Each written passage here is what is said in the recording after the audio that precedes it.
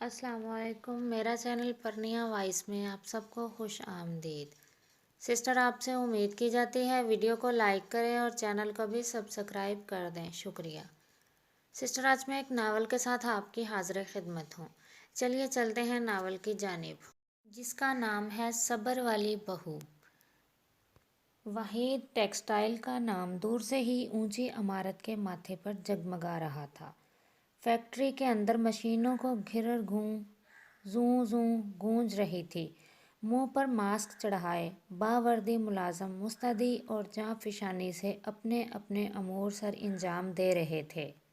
اس کی مخصوص بو نے اس کا اندر داخل ہوتے ہی استقبال کیا۔ شہر کی اس مشہور ترین مل میں مینیجر کے لیے ایک اسسٹنٹ اور کوالٹی چیکر کی جاب تھی۔ آج اس کے انٹرویو کے لیے وہ یہاں آیا تھا۔ ریوالنگ چیئر پر بیٹھے پکی عمر والے مینیجر نے کرسی روک کر اسے دیکھا تھا۔ کئی بار کی پہنی ہوئی پینٹ پر گرے لائنوں والی شرٹ پہن رکھی تھی، سلیقے سے جمے بال۔ اس کی سحر انگیز شخصیت دیکھ کر لمحہ بھر کے لیے تو مینیجر بھی دل ہی دل میں اس سے مرعوب ہوا تھا۔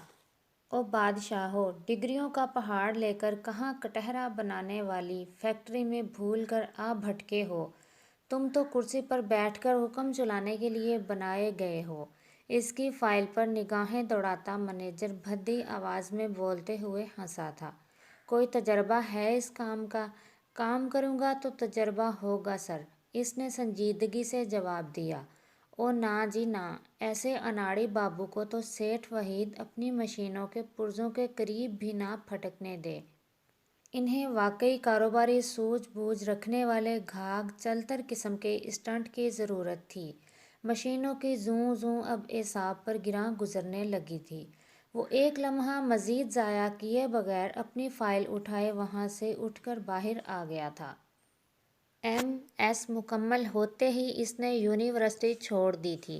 پرائیویٹ اسکول والے خون کا آخری قطرہ تک نچوڑ لینے کے بعد مہینے کے آخر میں گنتی کے چند ہزار ہتھیلی پر رکھ دیتے۔ کوچنگ کے بعد ایک ایوننگ اکیڈمی میں پڑھانا شروع کر دیا تھا۔ آخری 2 گھنٹے ایک کمپیوٹر سینٹر میں 2 گھنٹوں کے لیے ٹائپ رائٹنگ چینج کی کلاسز دیتا۔ دن رات کی دوڑ دھوپ کے بعد وہ جتنا کماتا اس ہوش و ربا مہنگائی کے دور میں اونٹ کے منہ میں زیرے کے مترادف تھی۔ بجلی، پانی، گیس کے بل، اماں کی دوائیوں کا خرچہ، خاندان میں دینا دلانا، راشن وغیرہ۔ سبکت چاہتا تھا مستقل آمدنی کا کوئی ذریعہ ہاتھ آئے۔ اسی تگ و دو میں وہ جگہ جگہ جاب کے لیے اپلائی کر رہا تھا، چاہے کام اس کی ڈگری اور شخصیت سے مطابق نہ بھی رکھے۔ وہ ہمت ہارنے والا نہیں تھا۔ اماں کہاں ہیں؟ آج وہ ہمیشہ کی طرح اسے اپنے انتظار میں دروازے کے پاس کھڑی نظر نہیں آئی تھی، ورنہ تو گلی میں اس کے موٹر سائیکل کی آواز سنتے ہی دروازے کے پاس چکر کاٹنا شروع کر دیتی تھی۔ سبکت کو دروازہ بجانے کی کبھی نوبت نہیں آئی تھی۔ اس کا ہاتھ اٹھنے سے پہلے ہی وہ دروازہ کھول دیتی تھیں۔ پھپھو، پتہ نہیں، آگے چلتے۔ سبکت کے قدم تھمے تھے۔ مڑ کر پیچھے آئی شہوار کو دیکھا۔ کیا مطلب؟ پتہ نہیں۔ تیز لہجے میں بولتا وہ ان کے کمرے کی طرف بھاگا تھا، پھر کچن کی طرف، جہاں اندر دروازے کے قریب وہ بے ہوش ہو کر گری ہوئی تھیں۔ شہوار کے منہ سے چیخ نکل گئی، پھپھو! وہ فوراً آگے بڑھی تھی۔ سبکت نے ہاتھ اٹھا کر اسے روک دیا۔ کسی قیمتی متاع کی طرح سنبھالے انہیں کمرے میں لے آیا تھا۔ انہوں نے آنکھیں کھول کر اسے دیکھا اور پھر دروازے کے پاس لب چباتی شہوار کو، جو کسی مجرم کی طرح سر جھکائے کھڑی انگلیاں چٹخا رہی تھی۔ میں اب ٹھیک ہوں بیٹے، تم دونوں جاؤ اپنے کمرے میں۔ وہ تکیے کا سہارا لے کر تھوڑا سا اوپر اٹھ کر بولی، میں آج یہیں ہوں آپ کے پاس، جس نے جانا ہے وہ جائے۔ شہوار نم آنکھیں لیے اپنے کمرے میں آ گئی تھی۔ یہ کیا حرکت تھی سبکت صبح پھپھو سبکت پر ناراض ہو رہی تھیں۔ کیا؟ وہ چنگیر اپنی طرف کھسکاتا بے نیاز بن گیا۔ تم اچھی طرح جانتے ہو میں کس بارے میں بات کر رہی ہوں، اور اس محترمہ کے بارے میں کیا کہیں گی آپ؟ حد ہوتی ہے لاپرواہی اور غیر ذمہ داری کی، وہ دبے دبے غصے میں بولا تھا۔ میں کیا پہلی بار بیمار ہوئی ہوں؟ پھپھو نے دہی کا پیالہ اس کے سامنے کیا۔ پہلے کی بات اور تھی اماں، تب آپ سارا دن گھر میں اکیلی ہوتی تھیں۔ جانتی ہیں کل پورا دن میں نے صرف یہی سوچ کر آپ کو کال نہیں کی کہ آپ اکیلی نہیں ہیں۔ سارا وقت وہ میرے پاس ہی تھی۔ اب اسے خواب تھوڑی آیا تھا کہ اس کے کمرے میں جاتے ہی میں بے ہوش ہو کر گر پڑوں گی۔ پھپھو خفا خفا لہجے میں بول رہی تھیں۔ سبکتگین ناشتہ کرنے لگا۔ شہوار، آ جاؤ بیٹا۔ پھپھو کی نظر اب اس پر پڑی تھی۔ وہ خاموشی سے اندر آ گئی۔ آج تو اتوار ہے، تمہیں دیر نہیں ہو رہی ہوگی؟ بشیر سے شہوار کے لیے چھولے اور بریانی لے آؤ۔ اس کی عادتیں خراب مت کریں اماں، بس جو ہے جیسا ہے یہی ہے، کہتا وہ اٹھ کر باہر چلا گیا تھا۔ پھپھو اس کی پشت کو دیکھ کر رہ گئیں۔ شہوار خاموشی سے اس کا چھوڑا ہوا ناشتہ ختم کرنے لگی۔ میں اور بنا دیتی ہوں۔ وہ جلدی سے پراٹھے کے لیے توا چولہے پر رکھنے لگی تو شہوار نے منع کر دیا۔ کام ختم کر کے پھر تمہاری اماں کے ہاں چلتے ہیں، ٹھیک ہے؟ شہوار کو لگا جیسے وہ اسے بچوں کی طرح بہلانے کی کوششوں میں لگ گئی ہوں۔ اس نے اس بات میں سر ہلایا۔ پھپھو کے ساتھ کچن سمیٹ کر وہ اپنے کمرے میں آ گئی تھی۔ سبکتگین اپنی مخصوص کرسی پر لیپ ٹاپ کھولے بیٹھا تھا۔ شہوار نے ڈریسنگ ٹیبل کے سامنے کھڑے ہو کر اپنے بالوں میں کنگھا پھیرا۔ سرخ چھوٹے چھوٹے پھولوں والی ہیئر پٹی ماتھے کے اوپر سے کھینچ کر لگائی، پیچھے کرلی بال کھلے چھوڑ دیے۔ چلیں پھپھو۔ پھپھو کو اندر کمرے میں آتا دیکھ کر وہ چادر اوڑھتے پوچھنے لگی تو وہ حیرت سے اسے دیکھے گئیں۔ ایسے ہی چل پڑیں کیا؟ شادی شدہ بیٹیاں اچھے سے تیار ہو کر میکے جاتی ہیں، تم تو خیر سے نوبیاختہ ہو۔ مجھے ایسا نہیں لگا پھپھو، جب لگے گا تو میں بھی پورے 16 سنگھار کر کے ہی میکے جایا کروں گی۔ سبکتگین نے ایک جھٹکے سے سر اوپر اٹھایا تھا، لیکن تب تک وہ چادر اوڑھتی باہر نکل گئی تھی۔ ٹھیک ہو درِ شہوار؟